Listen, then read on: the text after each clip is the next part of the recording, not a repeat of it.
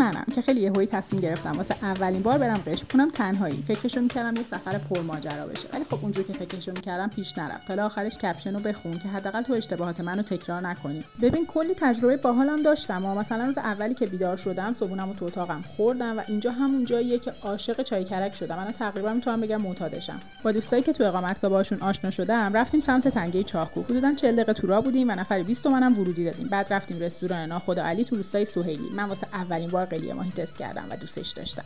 یه تجربه قشنگ دیگه این بود که سوار آلاچیق شناور شدیم و با ناخدا رفتیم تو دل جنگلای حرا. با مرغای دریایی کلی عکس و فیلم خوشگل گرفتیم و غروب قشنگش رو از نزدیک دیدیم. دیگه اینجا رو دستم نقشه حنا زدم، شاید باورت نشه هنوزم پاک نشده. با ناخدا سعید رفتیم اونجا. بهمون گفت اگه خوش شانس باشید میتونید دلفینا رو از نزدیک ببینید. ما هم درست هیچ وقت تو بانک برنده نشدیم، ولی اینجا واسه اولین بار جز خوش شانسا بودیم.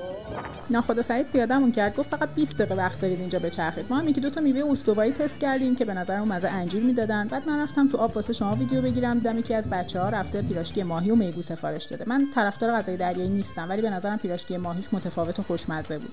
از تجربیات دیگه هم دیدن دلقک ماهی‌ها و غروب بی‌نظیر لافت بود. اینجا هم دیگه با دلی شکسته و فکر این که چقدر سفرم زود تموم شد برگشتم به سمت تهران. خب بذار خودم معرفی کنم. من زهرام و هر جا میرم تو رو با خودم میبرم. این پوستر رو لایک کن، بعد بیا پیجمو ببین. اگر خودت دلت خواست فالو کن. واقعا دوره هم خوش میگذره.